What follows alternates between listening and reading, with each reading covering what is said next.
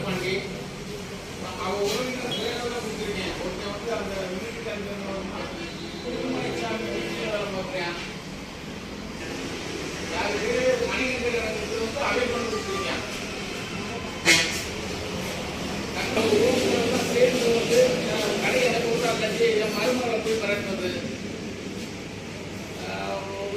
என்கிட்ட எதுவுமே கேட்காதீங்க மாட்டேன். அப்படி இருக்கும்போது இந்த மாதிரி செஞ்சா நீங்கள் கூட ஒரு வாழ்வை பார்க்கணும்னா பார்த்துருங்க. வாங்க வாங்க வாங்க வாங்க.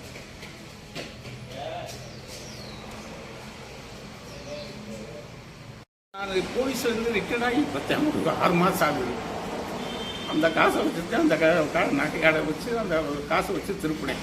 என் தம்பி மையன் வந்து தங்கப்பாண்டி அப்படிங்கிற வந்து 10 லட்சம் கொடு 5 லட்சம் கொடுன்னு என்னை சும்மா டார்ச்சர் இல்லைன்னா உன்னை வெட்டு வேண்டாம் உன்னை குத்து வேண்டாம் அப்படின்னு. எப்பா இல்லைப்பா இருக்கிறதெல்லாம் கொடுத்துட்டோன்னப்பா பேரம் பேசியிருக்கான் இங்கே ஆளுக்கு கொஞ்சத்தை போட்டு விட்டானப்பா அப்படின்னு. அப்படி இருக்கும்போது இந்த கடை அந்த ஏற்ற கடைக்காரன் என்ன சொல்லிட்டுக்கேன் அந்த கடையை நடத்த விடக்கூடாது அப்படின்னு இவங்க எல்லாம் ஒன்றும் பேசுறது. அது ஒரு ஆள் என்கிட்ட ஒன்று சொல்லுது. அவன் இங்கே வர வேண்டிய அவசியம் இல்லை. என்னாலும் இங்கே ஒரு 20 பேர் உட்காந்துருப்பாங்க. அவன் கடைக்காரன் சொல்லிட்டு நீ கடையை பண்ண விட அது என்னன்னு பார்த்துக்குருவான் அப்படின்னு சொல்லி முந்தா நாள் நைட்டு சொல்லி உடைச்சிருக்காங்க. நான் எதுவுமே இது வரைக்கும் அவங்கள கேட்கல. உடைச்சவங்க யாராருன்னா தங்கப்பாண்டி, அப்பா பேர் பாண்டியராஜ். அடுத்து வந்து என் கூட பிறந்த தம்பி லாஸ்ட் ஆள் வந்து பால் பாண்டி, அவன் ஒய்ஃப் பேர் முருகேஸ்வரி. தங்கப்பாண்டி தங்கச்சி பாண்டீஸ்வரி. அது போக வந்து மிலிட்ரியில் ஒருத்தன் வேலை பார்க்குறியான். பேர் என்ன வருமா? திருமலைச்சாமி. மிலிட்ரியில் வேலை பார்க்குறேன். எல்லாம் இங்கேருந்து உட்காந்து தண்ணி அடிச்சு 9 மணிக்கு நான் பார்த்துட்டு தான் போகிறேன். நானும் இன்னொருத்தரும் பார்த்துட்டு தான் போகிறேன்.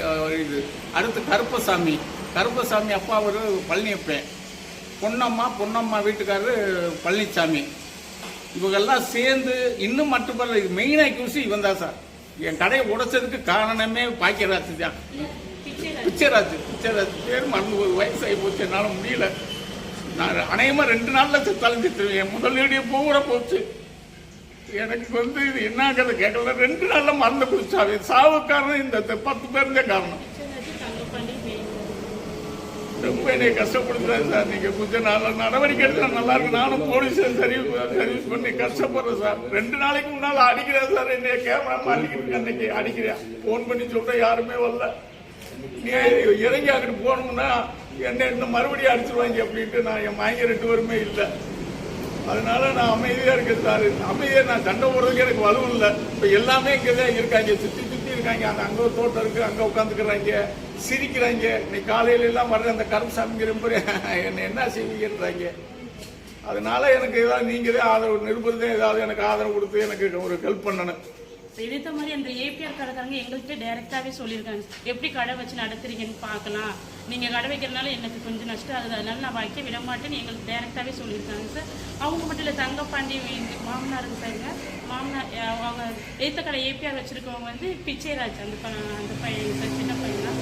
அடுத்து எங்களோட பங்குல எங்க சின்ன மாமையும் எங்க மாமனாருங்க சார். என்னோட சின்ன மாமனார் பையன் தங்கப்பாண்டி, இன்னொரு தம்பி பால் பாண்டி, அவங்க மனைவி முருகேஸ்வரி, அந்த தங்கப்பாண்டியோட மச்சினங்க சார் மணிகண்டன். இவங்கெல்லாம் வந்து என்ன சொல்கிறாங்கன்னா பாகுபஸ்தி பண்ணணும்னு சொன்னாங்கங்க சார். சரி பண்ணிக்கலாம் அப்படின்னு சொன்னாங்கங்க சார். எங்கள் மாமனார் சொன்னாருங்க சார். அவங்க என்ன சொல்கிறாங்க, இந்த கடை தான் எனக்கு வேணும், நீங்கள் அந்த பக்கம் போய் இருந்துக்குங்க அப்படின்னு சொன்னாங்க. அது கடை வைக்க காட்டி சொல்லியிருந்தா அங்கிட்டு போயிருக்கோம். அப்போ காசை கூட கொடுத்துட்டு கூட வச்சுக்கோங்க, பிரச்சனை வேணா பிரிச்சுக்கலாம் அப்படின்னு சொன்னாங்க சார். அவங்க என்ன சொல்லுவாங்க, காசு தர மாட்டேன், கடை எனக்கு தான் தரணும், கடையை தரலைன்னா நீ எப்படி நடத்துவேன் நான் பார்க்குறேன் அப்படின்னு எங்கள்கிட்ட மற்றவங்கள்ட்ட நிறையா சொன்னாலும் எங்கள்கிட்ட டைரெக்டாகவே அவங்க சொல்கிறாங்க சார். அதனால் 2 பேருமே எங்களுக்கு ரொம்ப மோட்டிவாக 2 பேர் சேர்ந்து தான் இதை பண்ணியிருக்கணும் அப்படின்னு நாங்கள் ஏன்னா டைரெக்டாக எங்ககிட்ட சொன்னதால் நாங்கள் நிறையவே வாக்குமூலம் கொடுக்குறோம்.